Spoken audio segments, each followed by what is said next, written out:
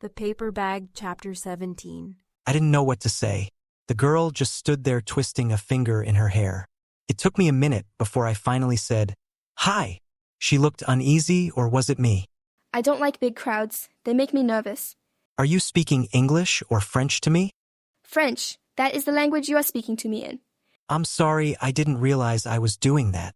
You are a linguist as well as a diviner. How rare. She spoke as if she was older than she looked. My talent is music. I can play any instrument without lessons. It isn't a very useful talent, but it impresses royalty. You are a duchess, right? I am a daughter of a princess, and I'm not in line for a throne, if that is what you are asking for. No. Sorry, royalty is all new to me. Just trying to get my head wrapped around it. I heard your mother raised you among humans. That's because I am half human and her mother kicked her out. Moms do that when they get mad at their children. Would you do that to your child? She looked thoughtfully into my eyes. That's why I'm here. My mother got mad at me for treating my slave nice. She was like a sister to me. Why do we have to treat them different? It was an innocent question. I don't know. It's not right, though. I shook my head. There has been some talk that you treat all clans the same. Is that true? I wasn't sure I trusted that she was telling me the truth. Yes. Then I bowed slightly at her. I need to check on a patient of mine, and continued to my room. I hope to talk to you some more. She called after me. I didn't respond. When I entered my room, Eddie was still sleeping and snoring loudly. He appeared to be fine, but I wanted a hands-on look at his condition. "Where are my jeans?" I said, pulling everything out of my basket. Then I remembered I was in a hurry and had left them on the floor next to my bed. They looked as though I had just stepped out of them. I picked them up and searched the pockets. My stone wasn't in any of them. My heart started to pound as I looked about the room. In desperation, I got down on my hands and knees and searched the entire floor up close.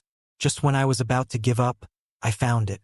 My seer stone had rolled under my bed and came to a stop next to the suitcase of books. They were similar in color, so I had missed it earlier, probably because I panicked. With my confidence restored now that I had my seer stone, I took hold of Eddie's feet and closed my eyes. The poison had been weakened by what I had done earlier, but the faster venoms were still active. I looked at the palms of my hands. I need Andy to get the code. But how am I going to get this big dragon over to her? Maybe she is feeling well enough to come here. Without giving much thought to what I would do next, I took off for the village. Branches whipped my face and clothes as I sped down the path. No one greeted me. There was an eerie silence all around. I ran for Andy's hut and tore open the curtain. No one was there. Had Cass done something to her too? The next hut was empty, and the next.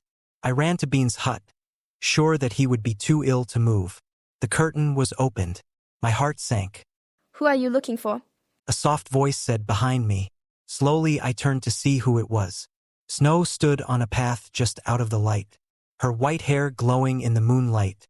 Cautiously I walked toward her. "Where is everyone?" Eyes filled with tears spilling over looked up at me as I approached her. "Where did they go?"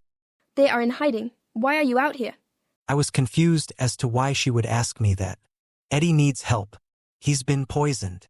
Snow's eyes looked at the ground. Come with me. She took my hand and pulled me behind her. We hadn't gone far when she stopped in the middle of an open field. She took off her dress. Under it she had on white spandex shorts and a tube shirt. She twirled around, changing into a beautiful white dragon. I was awestruck at the sight of her, but that faded as her color changed to that of the night sky, stars and all. She was almost invisible. I felt the force of her wings blowing down on me as she rose quickly from the ground. With her wings spread wide, she glided downward in a spiral and plucked me from the ground. Her talons dug into my shoulders, but I didn't care. I was flying. This was something I had never experienced before. All my troubles melted into the back of my mind, waiting for me to remember them again when my flight was over. We flew until we reached water, which wasn't very long since we were in Florida. Snow glided lower and lower until we were over a large white yacht. Lights came on as she flapped her wings and we descended to a helicopter pad. She dropped me about 10 feet in the air. She never landed. My legs gave out on impact and I rolled to a stop on board the ship. Lupita rushed out to greet me. Thank the gods you're alive. Yeah, that was a rough landing. I looked at my pumpkin-colored suit. It was ruined. Blood soaked at the shoulders and the fabric was ripped in several places. Eddie is sick and I need help to cure him. Where is Andy? She came out on the deck. What is wrong with him? Her face looked gaunt and sickly. Bean and Tad were behind her. You cured Bean, I said, surprised seeing him look so healthy. You said something was wrong with Eddie? Yes, he was poisoned and it's too complicated for me to decode without your hands. Bean snapped his fingers, and 2 large seraphim came out on the deck. They strode out to the helicopter landing pad, transforming on the way. Snow was nowhere to be seen, but I was sure she was watching. The question I had was, who exactly was she and how did she know where to take me? The seraphim picked Tad and Bean up. Wait, you need me. No, they don't. We need to talk. I looked at her face. About what? What could be more important than helping Eddie? A woman came out of the cabin of the ship holding a baby. No one had a baby except my mother. No, no, I yelled. Not my mother. Cass killed her before the party started while everyone was busy. She smoothed her hand over my cheek. I am sorry, I couldn't save her, but I got your sister out before Cass could take her from me. She will surely claim I killed your mother and took the child as my own. The strange woman brought my sister to me, but I couldn't hold her for fear that I would crush her. I was so mad smoke curled from my nostrils. The seraphim moved away from me. The weight of my mother's death for the second time was so unsettling, and I was so angry at Cass. Murdered by the hand of someone she trusted and loved. I should have told her about Cass. I should have carried her away from there. Why did Cass do this? I screamed, but my voice came out much too deep. Then I began to burn. The fire in me grew, ignited by the slime in my throat. There was too much to spit. Instead, I vomited it out over the side of the ship. It spewed from me like a river of lava. The water below sizzled as they met, but I couldn't see anything because I was too dizzy. The fire inside me burned blue hot, exploding through my skin in tiny bursts of light. The heat expanded my body to the point I was sure I would burst into 1,000 pieces. But I didn't. The fire ran through my muscles, changing them. I could see it with my divining eyes, making them as strong as steel. My arm moved easily as I flexed and extended them, testing their movement. It started to cool as I concentrated on controlling my temper. The skin on my arm was a burnt black color. Cracked and bleeding, it was beyond recognition as skin. I took an unsteady step forward. My feet felt like they weighed a ton. This was not my body. It belonged to someone else. The shock of it had me stumbling off the boat into the water. Where is he? It's too dark to see. My head bobbed out of the water, poured over my oversized nose. I was a dragon. This is awesome. I said to myself, though I was sure the others on the boat could hear me. Are you all right, Jack? I'm okay. It would be nice to have wings. I had no sooner said that when Snow appeared above me. With my dragon eyes, I could see her easily, though she was well camouflaged. A full moon shone brightly behind her, giving her position away. I kicked at the water with my big feet and lunged at her with my arms stretched forward as far as I could reach. It was enough to grab hold of her legs. Symbols formed in the veins of her feet. As a dragon, my divining senses were heightened. She was not like the other dragons, she was different. Her body lighter than most, yet she was able to lift me. Her blood warm like mine. She dropped me on the boat again. I landed on all 4 feet, or did I have hands? It was more stable this way. Salt transformed back into a woman and stood on the bow of the yacht. The wind blew her long white hair behind her. Who are you? She's related to Helen's family. A seraph I didn't know said from behind me. I told you my name already. Did your first transformation affect your memory? But you are half human. My body was shrinking and weakening. I was turning back into myself. Yes, and so are you. What did she say, Jack?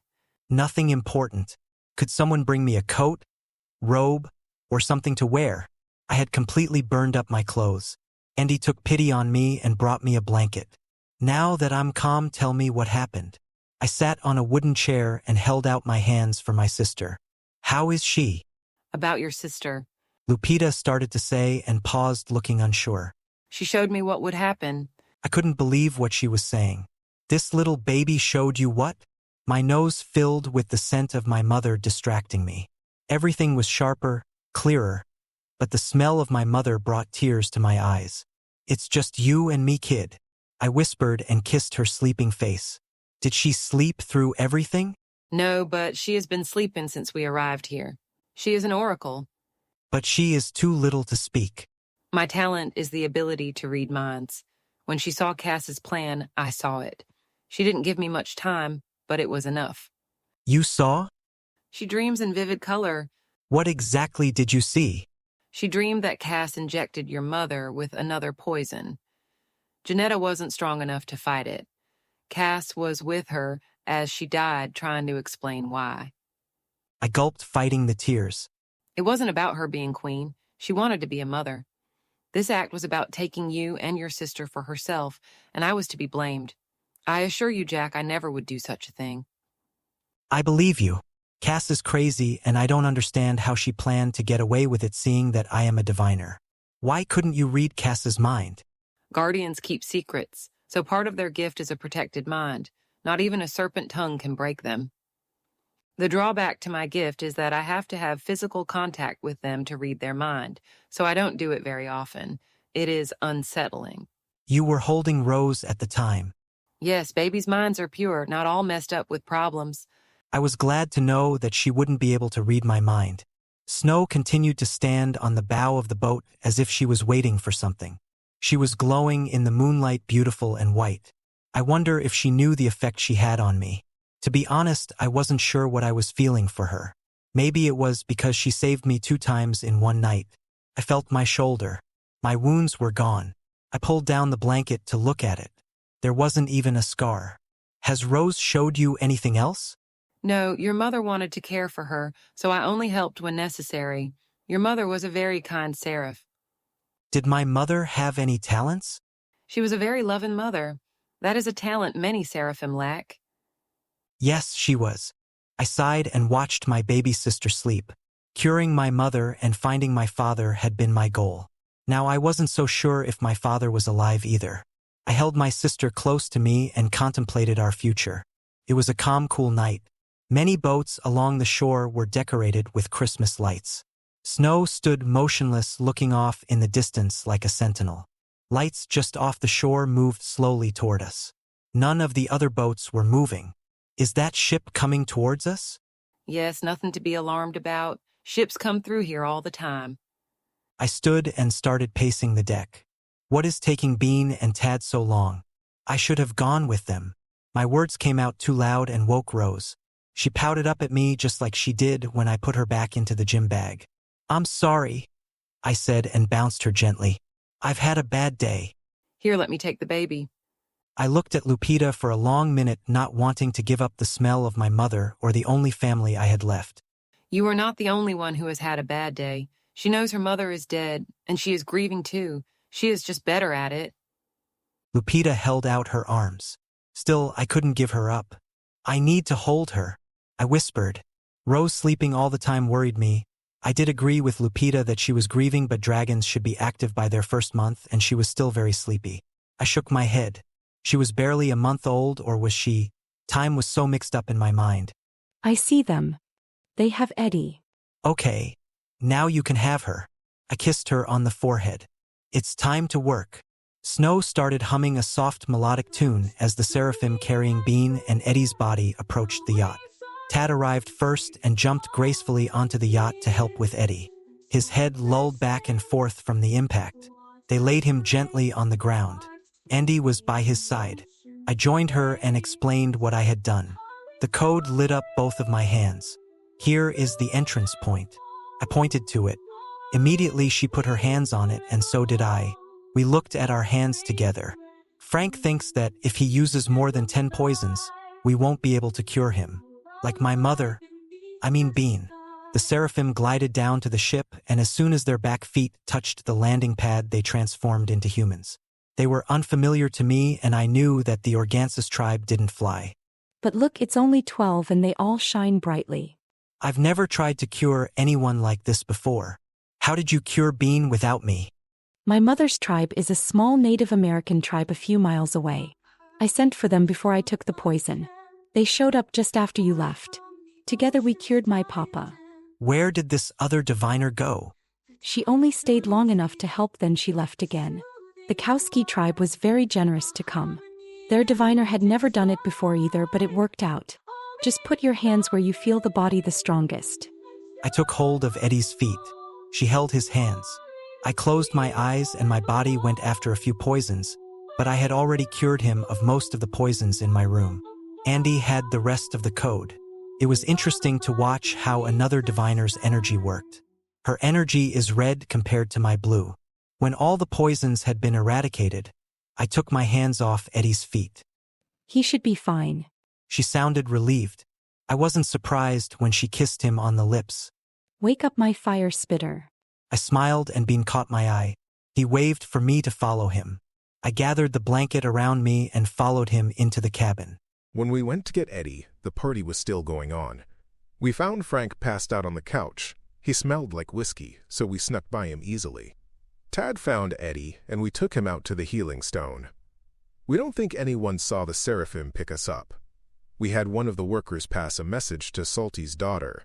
She is going to bring him on board tonight. Why are you on this yacht? That white muse is the reason. This is her boat. What is a muse? She told me her talent was music. That's a good description. She came to visit me before the party and would only talk to me. She was looking for the would-be king that would join all the clans together. She talked to Salty. I sighed.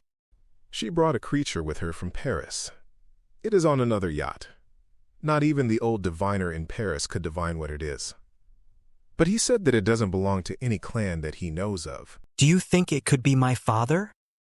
Your father? My mother told me that JP Pharmaceutical was doing experiments on him. They turned him into a dragon. Cass was working with JP Pharmaceutical. Why would the queen do that? Jealousy. I need to go see it. We have greater concerns. There are several ships headed this way. We saw them on our way back. If Lupita's interpretation of the princess's dream is true, dragons will be out looking for us. We need to leave or face a war, and we are too few in number. Cass doesn't have the authority to call the dragons to war until she is crowned queen. Eddie said and leaned on the doorway looking pale. Snow came in around him. Salty and his daughters are boarding the other yacht. Would you like to go talk to them? I am more interested in seeing the creature you have on the other boat. Would you like me to take you to it? You'll let me hold your feet, right? Last time you looked hesitant, and I needed to remove you quickly. I smiled. Do you have clothes I could wear? No, maybe someone will give you some. Come on, does anyone here have something, anything, that I can wear? This blanket will fall off it. I have to hold on with both hands. A small seraph came forward. I had never seen a dragon so young. My hands itched to touch her. What clan are you from? Snow is my big sister. We ran away from our mother. This is my mother's dress. I took it to remember her. It still smells like her. See. She held the gown up for me to smell. Her hair was pitch black, the opposite of her sister's. What is your name? Pepper. I held the garment to my nose. It smells like a queen, I said, because it smelled like a perfume that my mother used to wear. Does anyone have pants? We didn't have time to pack. Sorry. We have clothes, but we are quite a bit smaller than you. At least the dress will keep you covered. She was grinning too. I twisted my lips considering going to the other boat in my birthday suit. Then I remembered Eddie. I could wear his shirt. It would be big enough to cover me. Where's Eddie? He is passed out. That poison took a lot out of him. In defeat, I picked up the dress. Is there a place I could put this on? I sighed and looked around. Pepper took my hand. I couldn't help but probe to see if she was half human too. You said you ran away from your mom? She was our stepmom. Our real mom died. Was she a human? Yes, and a very good mother. Are you sure you want me to wear her dress? I might ruin it. She looked a little sad. It really doesn't smell like her anymore, and she won't care if you ruin it like you did your suit. Thank you. That door is the bathroom. I stepped into the room and closed the door. The fabric of the dress was stretchy. It was a plain black dress without sleeves. I pulled it on like a t-shirt. It was tight on the top, loose on the bottom. I sighed and stepped out of the bathroom. If my friends were here, they would be making catcalls, but everyone had too much respect for me to do that. I did, however, see several smiles in the groups as I strode confidently out to the helicopter pad. The yacht lurched forward. Bean put a hand on my shoulder. Tad had training for an hour on how to drive this thing. It might be a bumpy ride. He raised a hand into the air and a seraphim swooped down. He leaped at the right moment and took hold of her feet. I braced myself and held up my hands ready to jump. Snow had other plans. She grabbed my arms around the wrists and jerked me off the boat. I thought my arms would come out of their sockets, but then I remembered that during my transformation every inch of my body was made stronger like steel. Though her talons they dug into my skin, they didn't break through it. Our flight was a quick one. Since Bean was ahead of me, I got to watch him land gracefully on the deck of a cargo ship. The advantage of having your hands free was that you got to choose when to let go. I was dropped. My landing was a lot more graceful than the last time, but my legs went out from under me. I ripped my dress where my right knee came down on the deck of the boat. Trying to look dignified, I straightened my dress, walked with my head held high, and followed Bean. Snow walked beside me. A large man greeted us. His nostrils had a slight curl to them. His hair was tightly curled. I would say he was African, but his hair was red. Even his skin, though it was dark, was reddish in color. He bowed low when Snow approached him. Snow, we are moving and heading west to Texas. Thank you, Happy. When will we arrive? Tomorrow morning around 9. That is good. Happy, they want to see the creature. Is it okay for me to take them down? Happy signaled to another large man. Gil will guard you. Thank you, but that is not necessary. These drakes won't let anything happen to me. Happy eyed us, sizing us up. He looked at my dress. Are you sure they can handle the creature if it gets upset? It loves music, so I am very capable of calming it. At least let Gil stand guard by the entrance should you need assistance. Snow smiled softly. If it would ease your mind. You worry too much over me. She placed her hand on his arm and kissed his cheek. Snow led the way to a door. Gil opened it. He watched us suspiciously as we filed in one by one down a set of narrow stairs. Gil followed us. I could feel him breathing on my neck as we walked down a hallway and stopped in front of a locked room. He bristled past me and pulled a gold chain with keys on it out from under his shirt. They jingled as he inserted the key and turned the handle of the door. Inside the room was a bucket, a bowl of water, and some uneaten food on a platter laying on the floor in one corner of the room. In another corner was a mattress. My eyes searched the room. In the darkest corner, a man was sitting with his knees pulled up close to his body. He had nothing on but shorts. His head rested on his arms propped up by his knees. He didn't look up when we entered the room, though his eyes were open. Dirt smudged his face and arms. I brought someone to see you. Her voice sounded musical and soothing. Have you come to take me away? No one is going to take you back to that awful place. I promised, didn't I? Yes, but it is always a lie. It didn't sound anything like my dad. May I touch you? I moved slowly towards him. This man can help you feel better. As I got closer, he moved further into the corner. I don't like to be touched. How about I just touch your feet? He looked at me, squinting his eyes. Jack, is that you? He grabbed hold of my dress. Is your sister safe? Your mother?